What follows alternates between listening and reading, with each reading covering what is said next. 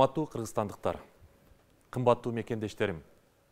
Эгемендүүлүккө 30 жыл, 5 президент, 30 өкмөт алмаштырдык. Конституциябызды 8 жолу өзгөрттүк. Бийликти 3 ирет күч менен алмаштырдык. Бирок андан өлкөбүз эмнеге жетишти? Мамлекетибиз 5 миллиард долларга жакын карызга батып, халкыбыздын 80% жакырчылыкта күн кечирүүдө. Жумуш же жетиштүү эмгек акы жоктугунан миллиондон ашуун жараныбыз сыртка иш издеп кетти. Мунун айынан кылымдар бою калыптанган, элибиздин каада салтына сиңген үй бүлөлүк баалуулуктарга, үй бүлө институтуна доо кетүүдө. Расмий маалыматтар боюнча миграциянын айынан 107 000 бала ата-эне мээримисиз, таалим тарбиясыз өсүп жатат. Ушул жана башка себептерден ар бир 4-үчү үй бүлө ажырашууга дуушар болууда.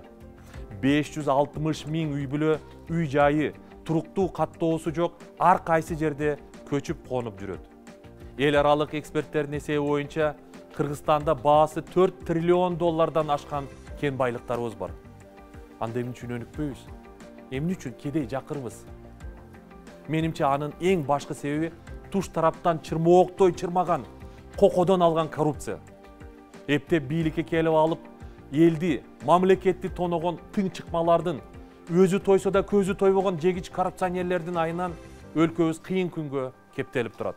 Манас болот деп эл башына алып келген мыктыларыбыз бир уч куйтулардын, кошоматчы жасакерлердин, ачкөз коррупционерлердин чеңгелинен чыга албай, колу буту тушалып туруп калганын көрүп келе жатабыз.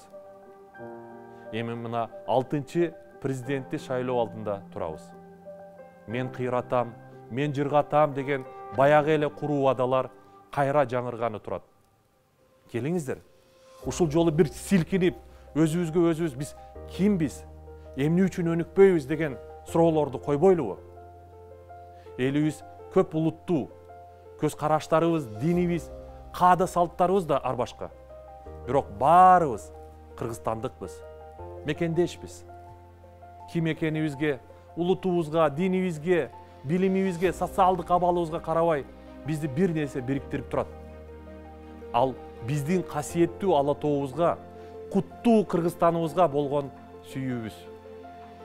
Өзгөчө чет жерде Кыргызстандын желеги желбиреп көтөрүлсө, же бүтүндөй адамзат тааныган Залкар атабыз Чыңгыз Айтматовдун аты аталса, же кайсы бир спортчубуз жеңишке жетсе, Айсулуу, Валентина, Канат, Руслан, Акжол сыяктуу балбан уул кыздарыбыз байге алса, же футболчуларыбыз башка өлкөнүн командасын утса, баарыбыз түп көтөрүлө сүйүнөбүз. Дүйнө суктанган көчмөндөр оюнуп өтсө, дөөлөт манасчыбыз таңдан кечке токтобой манас айтса, духубузду көтөрө сыймыктанабыз. Эмне үчүн биз башка учурда бириге албайбыз? Айрым саясатчылардын айынан сай-сайга, жер-жерге, кокту-колотко, уру-уруга бөлүнөбүз. Эмне үчүн өлкөбүздүн өнүгүшү үчүн коронавирус менен күрөшкөндөй, же жеңишке жеткенде спортчуларыбызды колдогондой түп көтөрүлө бириге албайбыз?